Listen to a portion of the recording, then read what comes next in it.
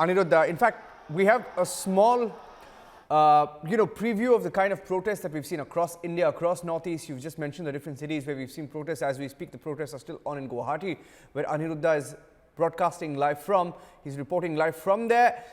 Here's a quick look of how the Northeast especially is witnessing protests over the Citizenship Amendment Bill.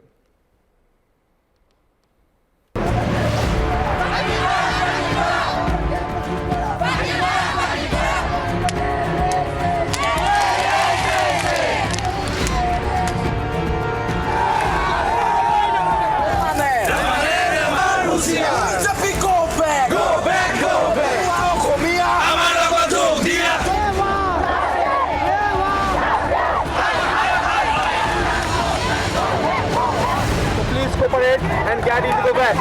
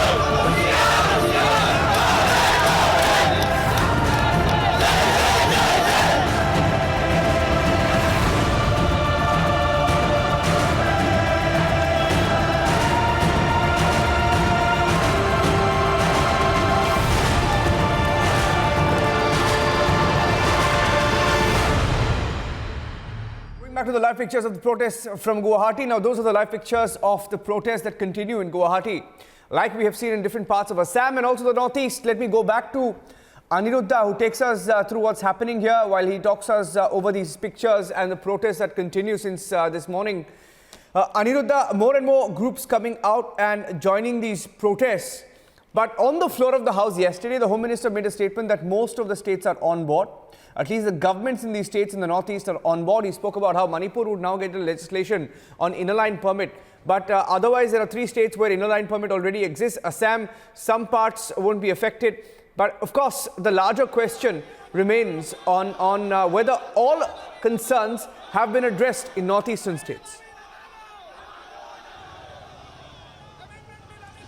Yes, Niranjan, if we talk about the exemption as far as the Citizenship Amendment Bill is concerned, Arunachal Pradesh being an inner line permit area, it is exempted. Nagaland is exempted. Mizoram is exempted. And of late now, with the ILP provisions being introduced in Manipur will also be exempted, and under the 6th schedule, Meghalaya and 7 districts of Assam are exempted, including some parts of Tripura as well. But the concerns that are being raised by the people as well as the organization who are protesting against the Citizenship Amendment Bill is that if the bill is bad for the inner line permit area, if the bill is bad for those areas which are governed under 6th schedule, then how can it be good for other parts, including Assam and some parts of Tripura? The main question here is that if the bill is bad, it is bad for the whole of region. And in fact, they have been also telling us, Niranjan, that if one person who is a refugee now gets citizenship in India, he will be entitled to move across India with inner line permit. He can also go to Arunachal Pradesh. He can reside there on rented accommodation, though he cannot buy land or property there. He still have the liberty to go and work there. So they also fear that it will create a class division. It will create an economic breakdown in the entire region. So this is the main reservation. And as we all know, as per the provisions of the Assam Accord, anyone who came to Assam after 25th of March 1971 is supposed to be detected and deported. And it was signed in 1985 after a 6-year-long hesitation. 855 people laid down their life for the Assam Accord. And ironically, today as we witness a massive shutdown across the Northeast, today is the Martyrs' Day in Assam. a day which is also acknowledged by the state government of Assam. And in fact, today, the family of martyrs boycotted the state program organized in honor of the martyrs, and they also cancelled all the programs related to Martyrs' Day as a mark of protest against the Citizenship Amendment Bill. Niranjan. Yeah, stay with me. In fact, what we'll also do is we'll pull out that soundbite of what Amit Shah, the Home Minister, said specifically about Northeast on the floor of the House, about addressing the concerns of the people of the Northeast. He spoke in Parliament yesterday. We'll pull out that soundbite and we'll also play it out for our viewers while we also get some responses, some more responses to the ongoing story. As far as the Northeast is concerned, there have been several protests that are ongoing. National capital also witnessing protests, demonstrations by political parties, student bodies, civil society groups over the Citizenship Amendment Bill or the CAB. Northeast Students' Union staging a protest against the bill at Jantar Mantar. And across the Northeast itself, we're looking at how people have come out on the streets. And Tarun Gogoi, the Chief Minister, former Chief Minister of Assam, is joining us on the phone line, has been very, very critical of this bill. Mr. Gogoi, as we speak, there is a debate and there are protests that are on in Guwahati, like in different parts of the Northeast, including Dibrugarh, Agartala. We're seeing some protests. We're also seeing some protests that are ongoing in Manipur, parts of Mizoram. How do you respond to the developments and in the wake of the bill which will come up in Rajya Sabha tomorrow? How do you see the government dealing with this? See, the way the government of India, they have been handling the situation. They are ignoring the sentiment of the people of Northeast and Assam also. So that ignoring sentiment of the people is going to cost the country to a great extent. Northeast occupies a very strategic place. So India should understand, the government of India should understand the sentiment